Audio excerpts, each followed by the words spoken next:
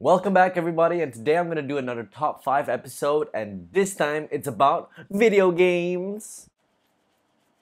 So with no hesitation, let's just get right into it. You actually thought I was going to cut myself off this time, didn't you? Well, you thought...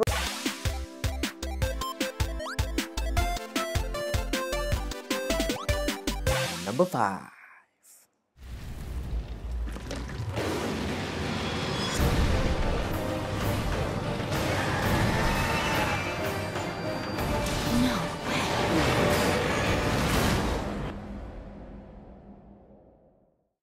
This game has got to be one of my most anticipated games of last year itself.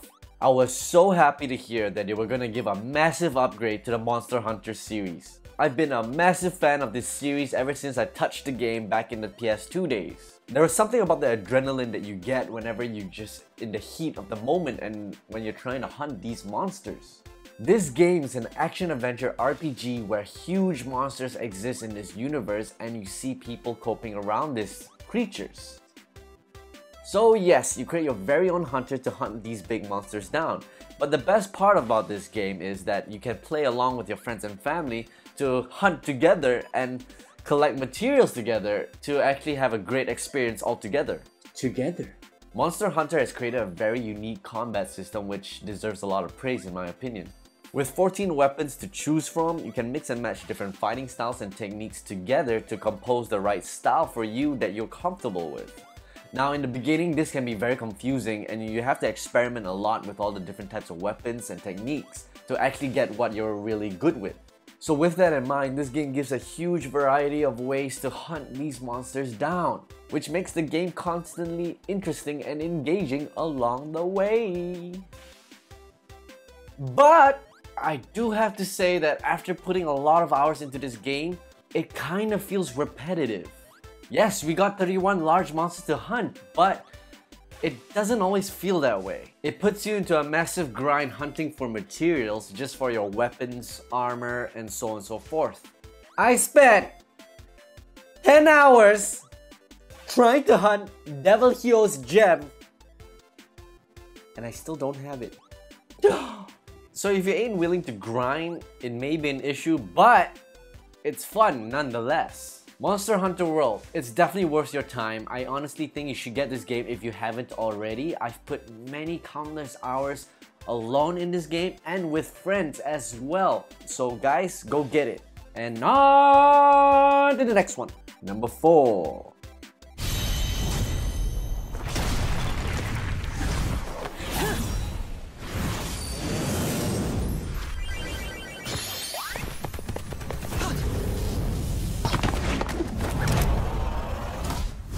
More fighters, more battles, more fun. Super Smash Bros. Ultimate.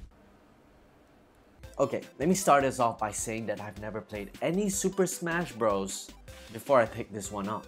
I've only seen YouTube videos of people playing it and hear people talk about it endlessly. And personally, I don't buy fighting games that often. As a kid, I only played Tekken, Mortal Kombat, Digimon Rumble Arena. I've invested many hours into this game, and I'm still having a blast.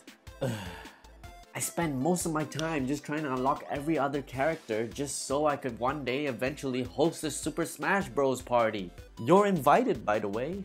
Hot girls only. Such a loser.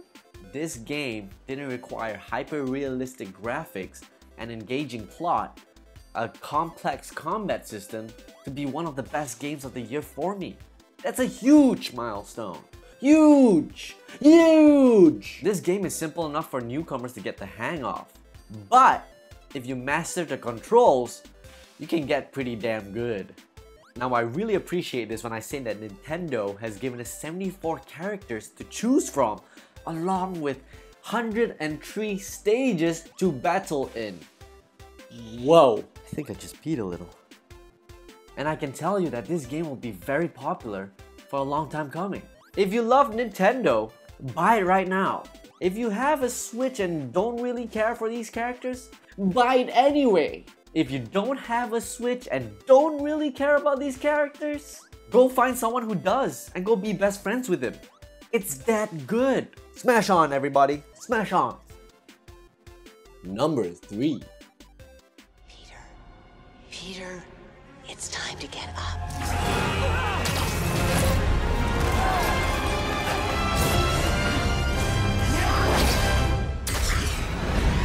Rated T for teen. Obviously, this game had to be on the list. Or else I'll be physically whipped by angry nerdy gamers while I play this game on the ultimate difficulty. Finally, they made a game worth playing since Spider-Man 2, the video game. But let's not forget about Spider-Man Web of Shadows and Spider-Man Shattered Dimensions. I think those games are definitely worth mentioning. But to me, those games are always something missing from the equation. The swinging. It's a law to get the swinging right when you make a Spider-Man game. It's a law. With that in mind, I think Insomniac Games got the swinging beautifully right. And I don't think anybody else can make a Spider-Man game at this point besides them. They created a visually stunning game from top to bottom, no doubt. And I have to say, I love the loading screens when you fast travel around the map. It's as if a fan thought about these things. Now the story and the plot does hold up on its own, no doubt about that. But the only negative thing I gotta say about this game is how repetitive the side missions can be and how short the main story actually is. It makes Witcher 3's DLC feel like you're watching the Lord of the Rings trilogy. While the combat may be spectacular and amazing, see what I did there? It is smoother and better than Batman's Arkham series. You actually feel like Spider-Man when you go around kicking thugs' asses. So yes guys, those are my pros and cons of Spider-Man, and it is one of the best games of the year for me, even though there are some faults to it. But I have to say this game feels as if it was made by fans of Spider-Man and fans of the comic book itself. It definitely had a bold spin on the source material, but it definitely had a lot of respect to it. Happy swinging and on to the next game. Number 2. No matter the darkness, nothing will stand in our way.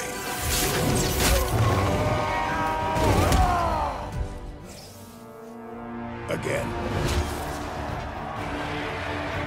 PlayStation. Was I playing a movie? Was I playing a game? How about freaking both? The writing and the acting? Phenomenal. The graphics and the design? Spectacular. The story and the plot? Bold. The amount of hard work that was given by every person involved in this project was clearly shown in this game. One thing that I have to highlight in this game is the combat system. It feels smooth, fast-paced, and challenging while never getting old. Most games that are very cinematic usually overlook the combat system because they would just focus on the story, plot, and the graphics just like The Last of Us.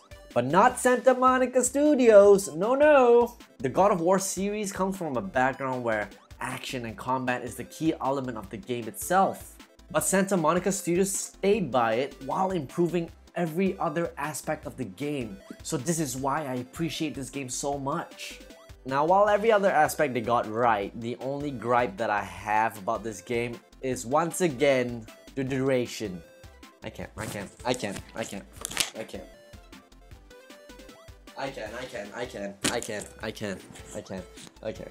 It was a pretty short game, guys and girls. Not gonna lie. God of War had compelling moments throughout the entire game, but when it came to the climax and the end of the game, it kinda fell short for me. I didn't really feel the climax of the story. I mean, yes, there were grand moments at the end of the story, it's just that it became a quick time event at the end of it. No game is perfect, I know, but I just hope that developers would just stop adding in quick time events to monumental moments in video games. There are too many things in this game that I would like to get into detail, but I don't want to spoil it for you guys if you have not played it. And if you have not played it, buy a PS4 and buy it right now. Sponsored by Sony. And honestly, it's a great game to your collection, or if you just want to enjoy an epic tale between his father and his son as they discover themselves while they lay their mother's ashes to rest. Need I say more? Number 1. One more big score, we got enough money to leave. What do you think? Nothing means more to me than this game. I don't want to kill all these folk Dutch. Just you. Loyal to what matters. Do as you're goddamn told. It is us or him! Red Dead Redemption 2, coming October 26th, rated M for mature. You knew it! You knew Red Dead Redemption had to be on the list somewhere. I knew this game was gonna be good. I just didn't know it was gonna be a freaking masterpiece. It has been gripping from start to finish, I have to admit. Never have I ever seen a well-acted, directed, designed, written piece of art put into a video game format ever. Rockstar and the team specifically behind this video game knows exactly what they're doing. The amount of details added into this game is amazing. When you're in this game and you're walking around and you see a guy peeing in the alley, you think like, what if I just stand right there and watch him pee? Will he actually get angry at me? He does. He actually gets pissed at you. That's how detailed this game is. They really thought it through. The environments that they create in this game is beautifully stunning.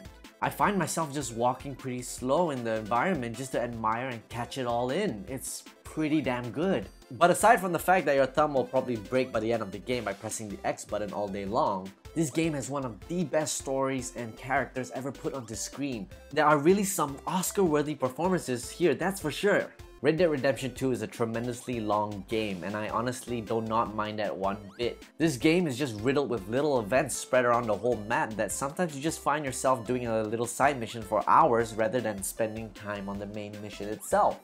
Oh man, talking about this game makes me want to play. Wrong time, wrong place, friends! Oh shit. And even though it's a really long game, I just still find myself going back into it from time to time. Red Dead Redemption 2 really puts the genre open world to the test.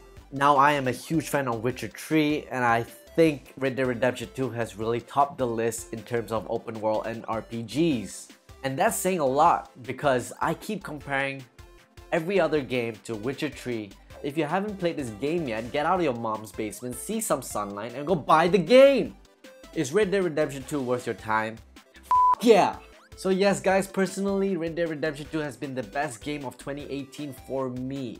Now thanks for watching my top 5 video games of 2018 and I hope you enjoyed yourself on this one. Please comment below if I missed out a game or two or if you actually agree with my list. And I would love to hear from you guys if you have a suggestion on what I should do on my next episode or for future episodes. It would be very cool to see what you guys actually want me to talk about. And thanks again guys for watching Entertainment Geekly. I have been your host Jun Chu and please catch me on the next episode. See you around guys.